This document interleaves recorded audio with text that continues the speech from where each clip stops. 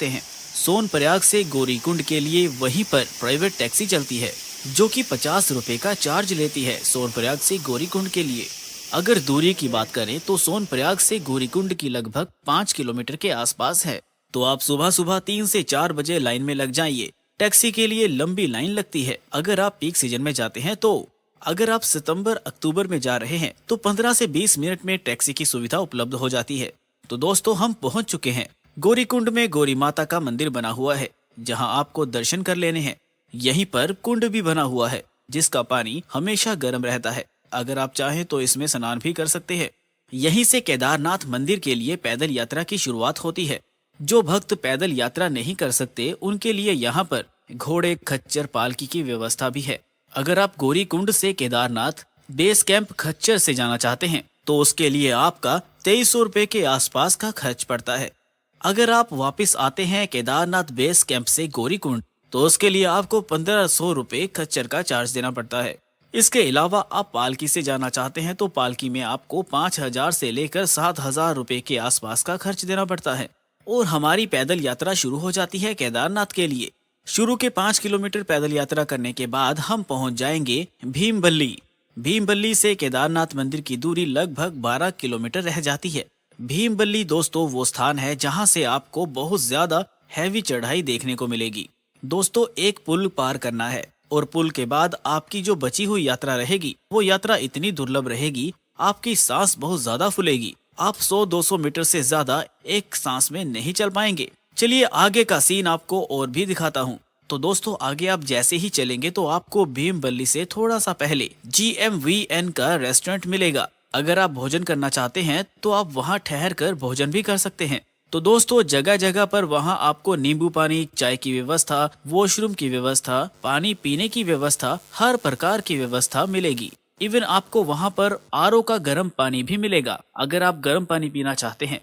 सभी चीजों की वहाँ पर आपको व्यवस्था देखने को मिल जाएगी जो कि GMVN द्वारा है।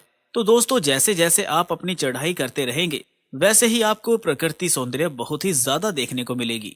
जैसे आपके पर्वतीय रास्ते हो गए, बर्फ से ढकी चोटियां, साथ ही साथ वहीं की ब्यूटी, वहाँ के पर्वत। केदारनाथ की जो यात्रा है बहुत ही शानदार, अनोखी और बेहद खूबसूरत हो जाती है। तो आप हर हर महादेव का नाम लेते हुए महादेव जी की तरफ प्रस्थान करते चलिए और हमको ये यात्रा लगभग में 9 से 10 घंटे लग जाएंगे। अगर आप आराम से भी यात्रा करते हैं तो आप मान लीजिए कि 11 घंटे तो आपके लगने ही हैं।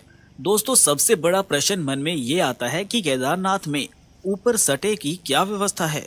तो दोस्तों मैं आपको बताना चाहूंगा कि आप अपनी यात्रा करते जाएंगे तो आपको एक बेस कैंप मिलेगा और इस बेस कैंप में आपको दोस्तों हाउस हंट मिलेंगे और साथ ही साथ आपको टेंट की व्यवस्था भी मिलेगी। हाउस हंट की बुकिंग और टेंट की बुकिंग GMVN की ऑनलाइन वेबसाइट है, एक उस वेबसाइट में जाकर अपनी बुकिंग करवा सकते हैं। हाउस हंट अगर आपको नहीं मिलता है तो आपको टेंट मिल जाएगा, 400 रुपए पर नाइट मिलता है और इस टेंट में आपके लगभग 10 लोग रहेंगे जिसे आप डोरमेट्री सर्विस कह सकते हैं। यहाँ पर आपको गद्दे, रजाई दोनों ही दिए जाएंगे तो आप इस टेंट में अपना स्टे करके अपनी रात गुजार सकते हैं।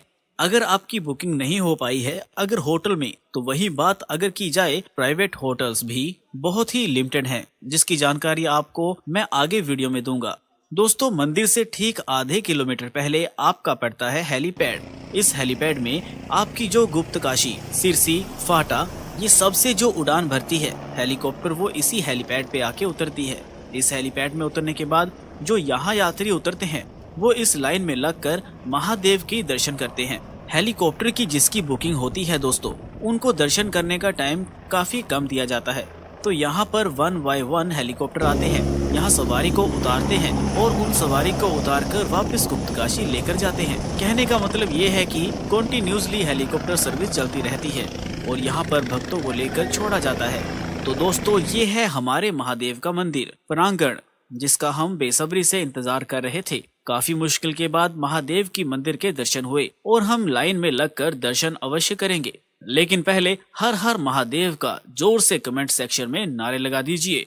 आगे बढ़ने से पहले दोस्तों मैं आपको एक चीज और बताना चाहूंगा। मंदिर से ठीक पीछे एक बड़ी सी शिला रखी हुई है और ये जो 2013 की आपदा आई थी, इस आपदा में ये शिला जो कि एक पहाड़ की एक चट्टान आकर मंदिर के पीछे आ टिका।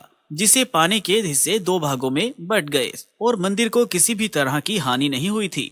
तो ये भोलेनाथ की कृपा, मंदिर के आसपास जितने भी होटल, धर्मशाला, लॉज, खाने पीने जो भी रेस्टोरेंट हैं, सब ध्वस्त हो चुके थे, सब मलबे में तब्दील हो गए थे। लेकिन महादेव के मंदिर को कुछ नहीं हुआ, क्योंकि ये सब भोले बाबा की कृपा थी। तो दोस्तों, इस प्रांगण में आप आएंगे तो कहा जाता है कि स्वर्ग कहे या केदारनाथ, बात एक ही है। ये जो आप यहाँ पहुँचेंगे, आपको इस चीज का अनुभव होगा कि स्वर्ग कहिए या केदारनाथ धाम, दोनों बात एक ही है। तो दोस्तों, आप यहाँ पे मंदिर के आसपास रहें, यहाँ प्रकृति सौंदर्य देखें, महादेव के दर्शन करें और महादेव की भक्ति में लीन हो जाएं। आरती की समय की बात करें तो सुबह मॉर्निंग में 5 से 6 बजे के आसपास आरती होती है और शाम को 6 बजे आरती होती है। देखिए, शाम की जो आरती होती है ना, वो बहुत अद्भुत और विकराल होती है, उसे मिस मत करिएगा। शाम की आरती में जरूर शामिल होइएगा। हजारों लोग मंदिर के सामने बैठे रहते हैं और आरती का जो अनुभव रहता है ना, और भोले बाबा के जयकारे गूंजते हैं, वो सच में बहुत शानदार एक्सपीरियंस रहता है। उसे बिल्कुल भी मिस मत करिएगा। केदारनाथ धाम आने के बाद केदारनाथ बाबा जी के मंदिर के अलावा और कहां जा सकते हैं? 2 जगह मैं आपको बता रहा हूँ। पहला है भैरव बाबा। भैरव बाबा तो आप जरूर ही जाइएगा। मान्यता है कि केदारनाथ बाबा के दर्शन करने के बाद भैरव बाबा के दर्शन करने भी जरूरी होते हैं, तभी आपकी यात्रा पूरी मानी जाती है। भैरव बाबा का दर्शन करने के लिए आपका 500 से 700 मीटर का ट्रैक है, जो मंदिर के ठीक बराबर से जाता है। दूसरा है शंकराचार्य जी की समाधि बना दी गई है, आप उसे भी देखने जा सकते हैं। अब बात करते हैं ट्रैकिंग के दौरान क्या क्या अपने साथ होना चाहिए, क्या क्या आपको साथ ले जाना चाहिए। देखिए, सबसे पहले जरूरी है मेडिसिन किट, वो तो आप जरूर लेकर जाइएगा। गर्म कपड़े आप अपने साथ रखिएगा। आप चाहे मई में जाएं या चाहे अक्टूबर में जाएं, किसी भी महीने में जाएं, गर्म कपड़ों में से कम एक जैकेट अपने साथ जरूर रखें, क्योंकि केदारनाथ धाम में बहुत ज्यादा ठंड हो जाती है। रेनकोट, अम्ब्रेला आप रख सकते हैं अगर आप रखना चाहें तो, क्योंकि केदारनाथ यात्रा में कोई भरोसा नहीं है कि कभी भी मौसम कैसा हो जाए, कब बारिश शुरू हो जाती है ये कुछ कह नहीं सकते। आप चाहें तो अपने साथ रेनकोट भी रख सकते हैं। शूज पहनकर ही ट्रैकिंग कीजिएगा। चलिए दोस्तों, अगली बात करते हैं।